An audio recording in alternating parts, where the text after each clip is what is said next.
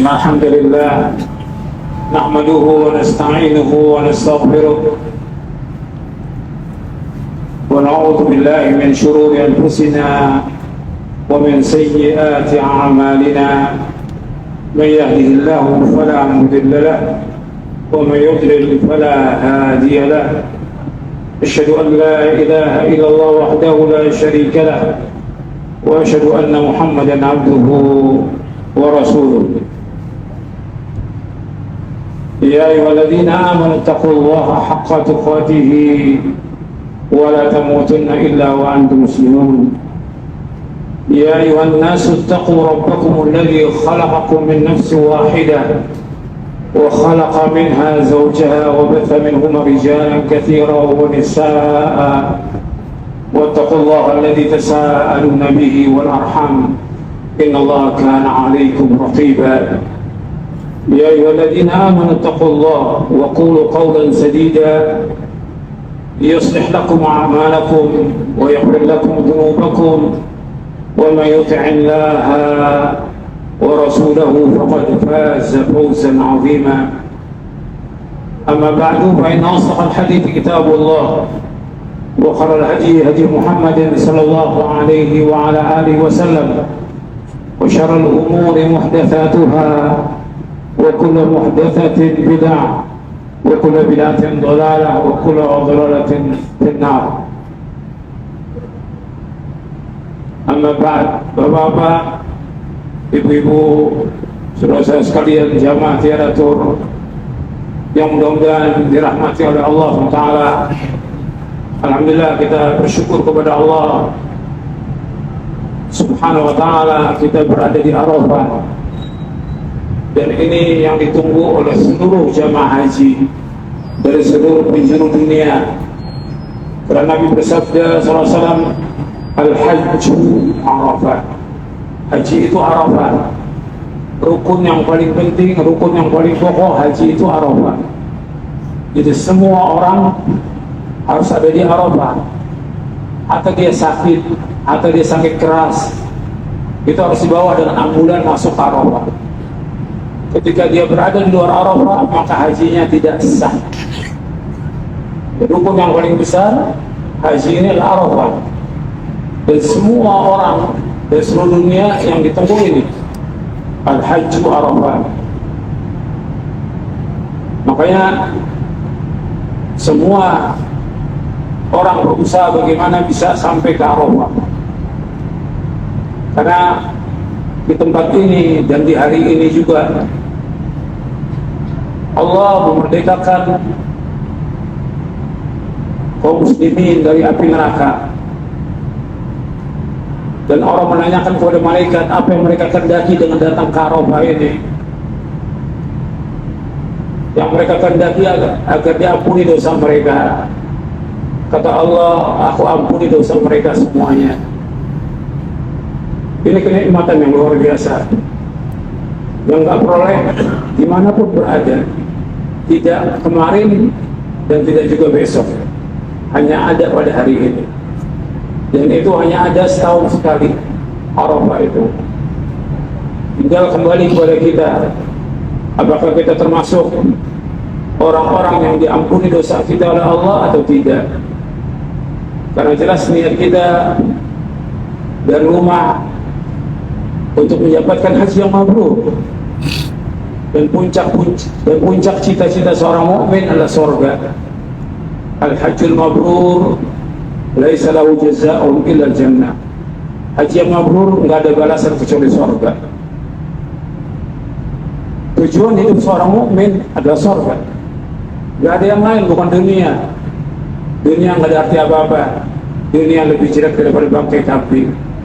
Bukan jabatan, bukan karir, bukan yang lainnya. Tapi yang dicari oleh orang beriman adalah surga. Bagaimana kita diampuni dosa-dosa kita oleh Allah dan dimasukkan ke surga dan dijauhkan dari api neraka. Bapak Ibu, jamaah haji tiaratur yang mudah-mudahan dirahmati oleh Allah Ta'ala, ada beberapa yang disampaikan oleh Rasulullah SAW, baik itu ketika khutbah Arafah maupun ketika di Mina maupun dalam kesempatan yang lain, saya akan memberikan kesimpulan dari berapa yang Nabi sampaikan, baik itu dalam khutbah Arafah, ketika di Hajjatul Wada, maupun ketika di Mina, maupun di waktu yang lain yang pernah disampaikan oleh Rasulullah Sallallahu Alaihi Wasallam sebagai nasihat buat kita agar jadi bekal buat kita seumur hidup kita. Yang pertama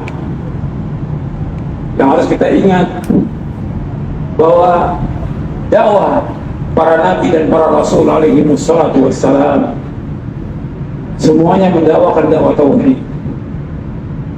Dan Nabi selama 23 tahun mendakwakan dakwah tauhid. Dan ketika Nabi haji, merupakan haji yang terakhir, yang pertama dan terakhir. Dikatakan Hajjatul Wada, haji perpisahan. Nabi haji yang pertama dan haji yang terakhir.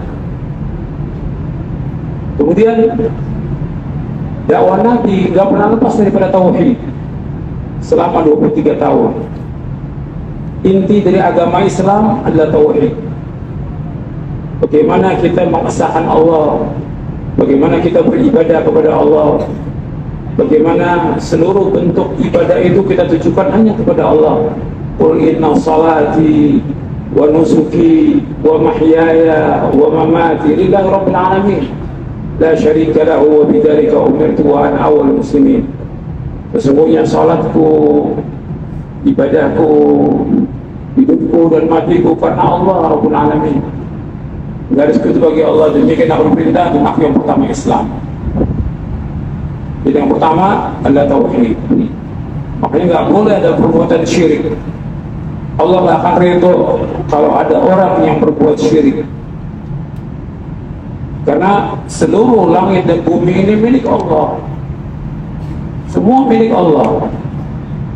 Maka ketika kita mengucapkan talbiyah, labbaik Allahumma labbaik, labbaik la syarika laka labbaik, innal hamda wa ni'mata laka wal mulk la syarika lak.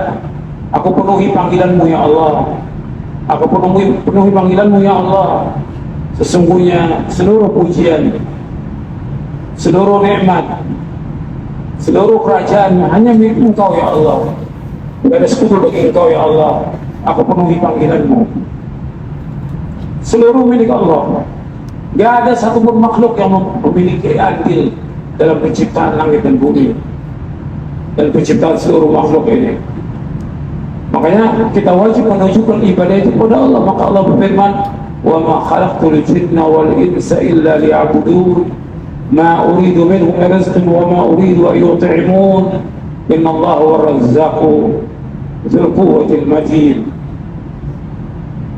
Tidak aku ciptakan jin dan manusia maka beribadah kepadaku. Aku nggak minta rezeki dari mereka, aku nggak minta makan. Allah yang terus menerus memberikan rezeki, dan Allah yang terus menerus memberikan. Allah yang maha kuat. Jadi Bapak Ibu sekalian, perhatikan bahwa kita diciptakan oleh Allah untuk ibadah. Tujuan pokok ibadah adalah tauhid, menjauhkan segala macam perbuatan syirik. Kalau kita lihat di Indonesia dan negeri-negeri yang lain, itu masih banyak kesyirikan. Orang masih banyak menyebutkan Allah. Ini perbuatan yang Allah nggak ridho, dan Allah sangat murka. Ancamannya berat. Allah nggak akan ampuni dosanya, dan Allah haramkan bagi mereka sorga. Perhatikan itu, bahwa Allah nggak ridho kalau ada orang berbuat syirik. Di Indonesia masih banyak orang datang ke kubur-kubur wali, ke kubur-kubur kiai, kemudian minta di sana, berdoa kepada mereka, minta kesembuhan, minta jodoh, minta rezeki, minta yang lain. Datang juga ke dukun-dukun dan yang lainnya. Ini semua perbuatan syirkun akbar, syirik yang paling besar yang Allah nggak redho.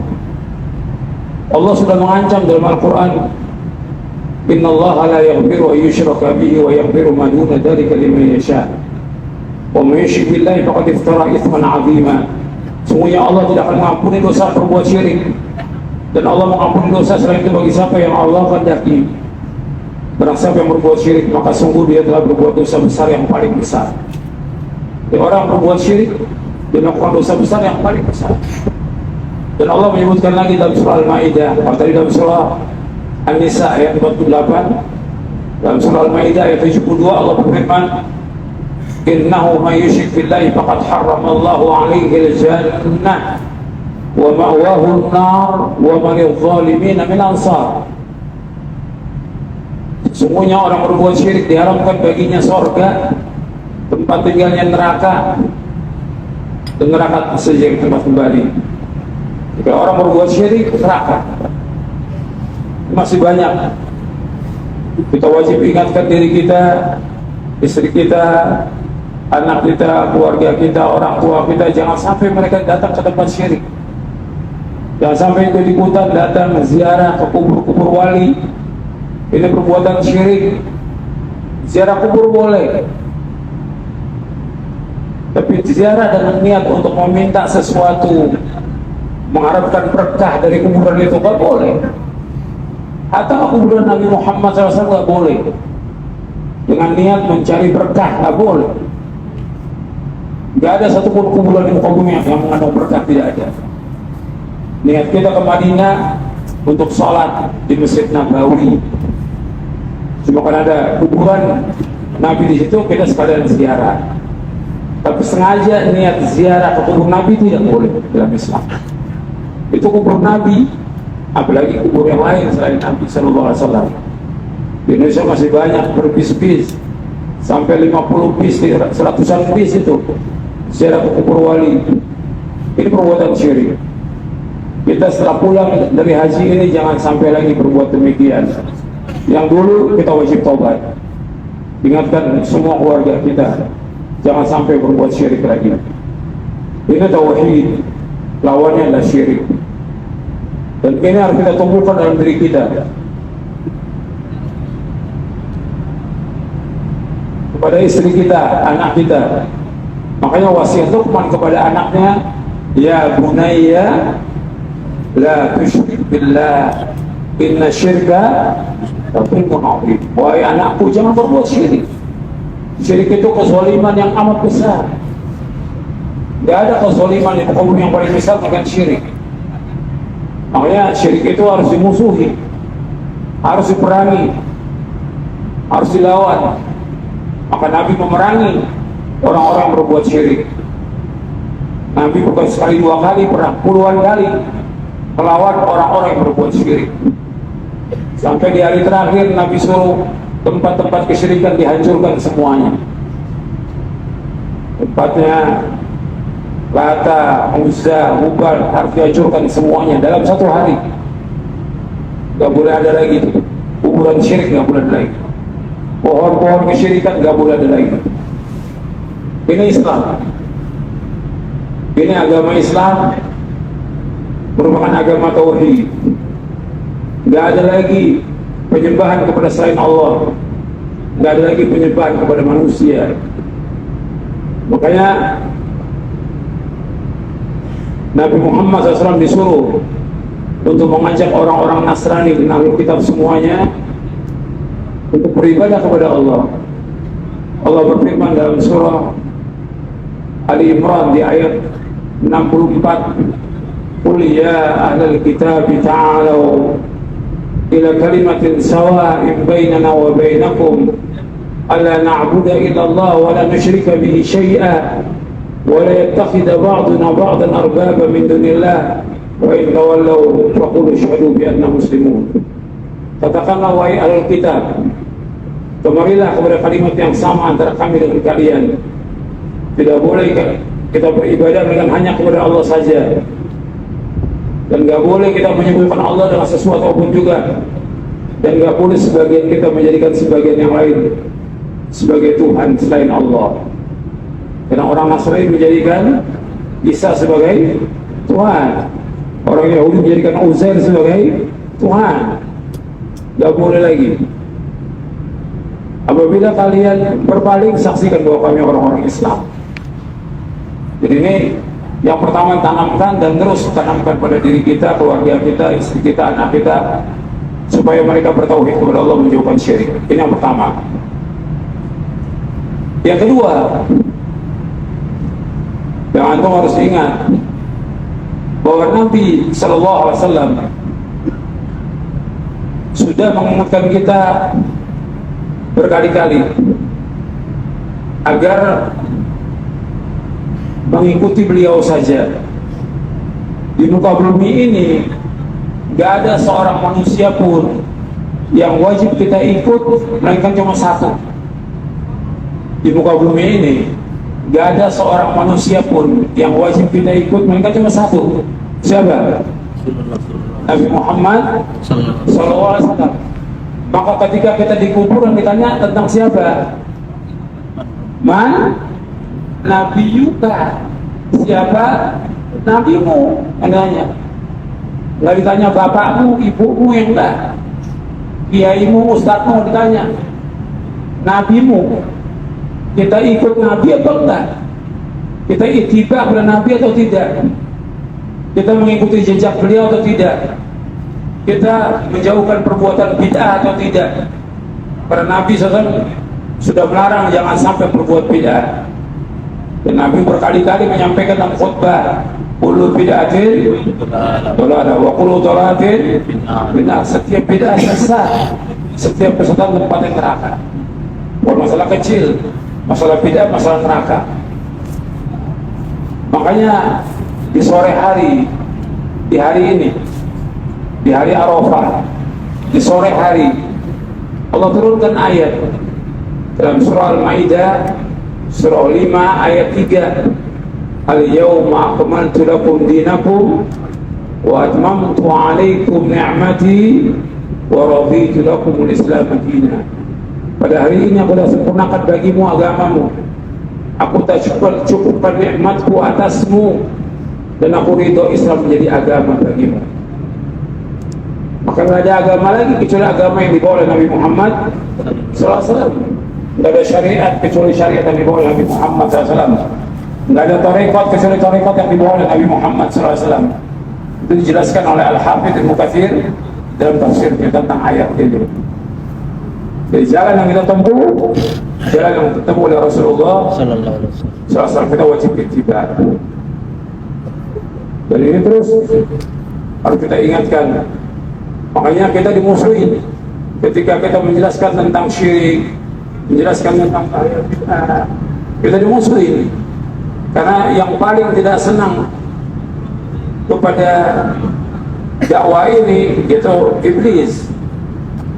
Iblis membisikkan kepada wali-walinya. Jadi nggak mau kalau ada orang yang melarang perbuatan syirik, melarang perbuatan bid'ah, iblis nggak mau. Justru mereka pengen semua manusia bersama iblis masuk mana? Neraka. Dan itu Allah sebutkan dalam beberapa ayat dalam Al-Quran. Makanya kita wajib untuk ittiba. Yang ketiga, Nabi selalu mengingatkan kepada kita untuk berpegang kepada Quran dan Sunnah. Dalam Hajjatul Wada juga Nabi sebutkan, taraktu fikum amrayni lam tadillu ma tamassaktum bihima, kitab Allah wa sunnati. Aku tinggalkan oleh kalian dua perkara yang kalian tidak akan sesat selama berpegang dengan dua perkara itu, yaitu kitabullah, Al-Quran, dan sunnahku. Tapi Nabi juga sering mengingatkan kepada manusia agar berpegang teguh kepada Quran dan Sunnah ala fahmi salaf. Kita wajib mengikuti pemahaman siapa? Para sahabat. Karena pemahaman yang maksud hanya pemahaman sahabat. Pemahaman yang wajib diikuti pemahaman sahabat. Maka kita wajib mengikuti Al-Quran wa Sunnah ala fahmi salaf. Ayat-ayatnya banyak dalam Al-Quran, hadisnya banyak. akarnya juga banyak.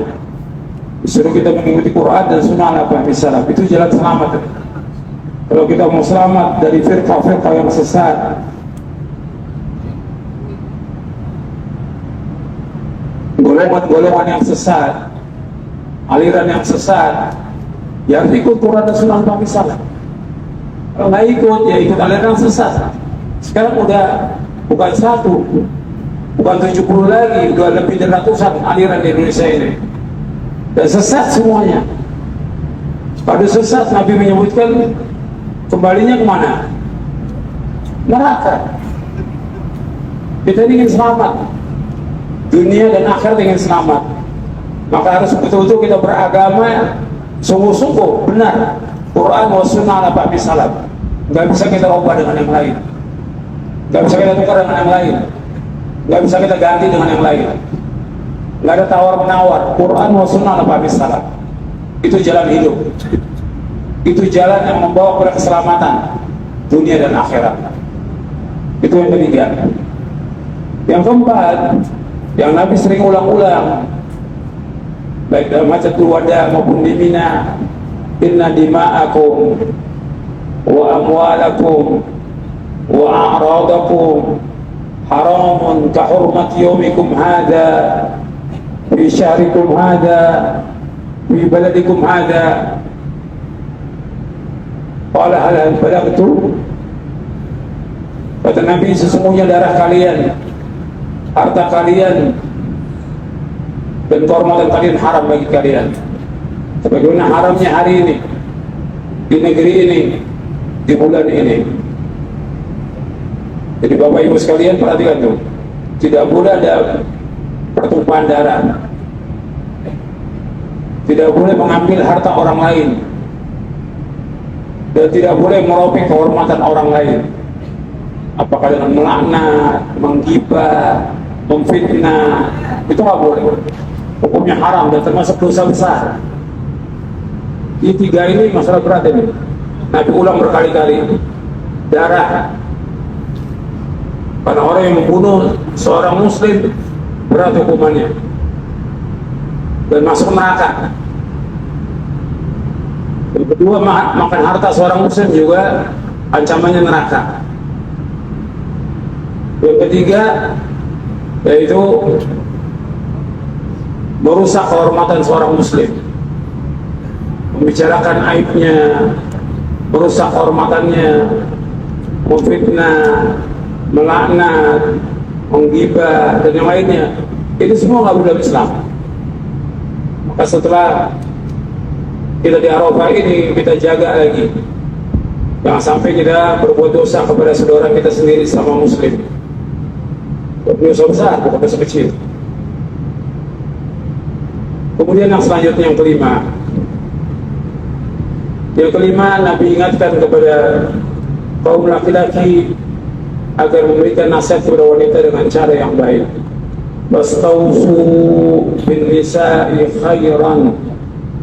Wastausu bin nisa'i khairan. Aku wasiatkan kalian agar kalian menasihati istri kalian dengan cara yang baik. Disuruh untuk menasihati dengan cara yang baik. Wanita diciptakan oleh Allah dari tulang rusuk yang bengkok. Dibiarkan dia akan tetap bengkok, dipaksakan dia akan patah, patahnya cerai. Tapi kalau dibiarkan tetap dia bengkok. Tapi tetap Nabi suruh wastausu bin nisa'i khairan. Nasihati wanita dengan cara yang baik. Tetap tabiatnya bengkok, tetap gak akan berubah wanita itu. Tapi tetap dinasihati dengan cara yang baik. Disuruh sabar untuk menasihati mereka. Dan itu tanggung jawab kita sebagai laki-laki. Karena kita akan ditanya oleh Allah tentang istri kita, dan akan ditanya tentang anak kita. Makanya Allah berfirman, ya ayyuhalladzina amanu qu anfusakum wa ahlikum nar. Wahai orang beriman, jaga diri kamu dan keluarga kamu dari api neraka. Perhatikan itu, istri dan anak itu tanggung jawab kita dunia dan akhirat. Itu dulu nomor satu. baru karyawan, baru yang lain. Istri dulu, anak. Diperhatikan nggak dari istrinya, diperhatikan nggak anaknya. Banyak orang tua nggak memperhatikan istrinya, nggak perhatikan anaknya. Orang tuanya ke masjid, pakai jilbabnya panjang, pakai cadar, anaknya narkoba, anaknya nggak sholat, anaknya nggak puasa, anaknya pergaulannya rusak, anaknya sibuk dengan HP, nggak pernah baca Quran, karena orang tuanya tidak mencontohkan yang baik. Nah, ini mulai berubah nanti. Setelah pulang dari Arafah ini harus berubah. Tanggung jawab kita berat di hari kiamat. Karena Allah akan tanya di hari kiamat nanti, bagaimana tanggung jawab kamu pada istri kamu dan anak kamu. Bisa juga istri dan anak menyeret kita ke neraka, karena suami nggak punya tanggung jawab pada istri dan anaknya. Itu perhatikan. Kemudian yang keenam, yang perlu kita ingat bahwa kita ini banyak dosa. Dosa kita sangat banyak. Tidak terhitung saya dan antum sama.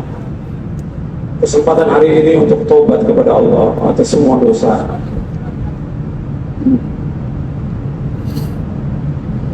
Diingat satu persatu.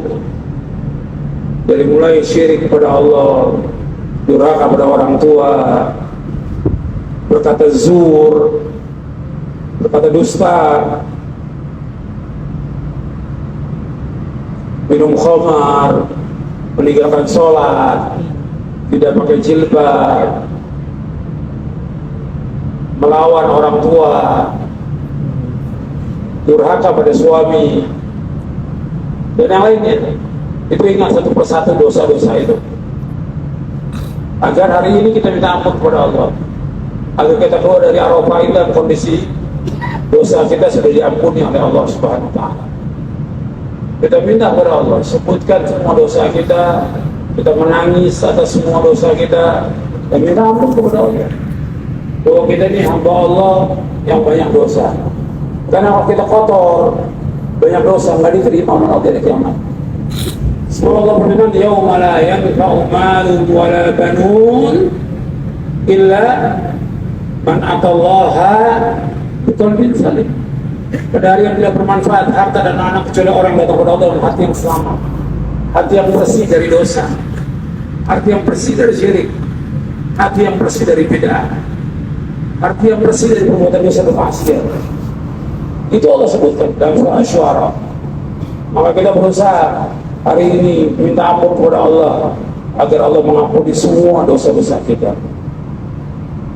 Yang terakhir yang perlu saya ingatkan kepada Bapak Ibu sekalian, bahwa perjalanan hidup kita ini masih panjang. Kita nggak tahu umur kita, apa hari ini, apa besok, apa lusa, apa tahun depan, kita nggak tahu umur kita. Tapi perjalanan masih panjang. Kita wajib untuk bertakwa kepada Allah, bertakwa kepada Allah. Terus iringi takwa itu dalam kehidupan kita. Makanya ketika haji itu Allah berfirman, wa tazawwadu fa inna khairaz zadi taqwa. Berbekalah kalian karena bekal yang paling baik adalah takwa. Bukan uang, bukan dolar, bukan real, bukan makanan, tapi bagaimana ketakwaan kita kepada Allah agar kita tidak melanggar syariat, agar kita tidak melawan Allah, agar kita taat sami'na wa ata'na kepada Allah SWT dan kepada Rasulnya.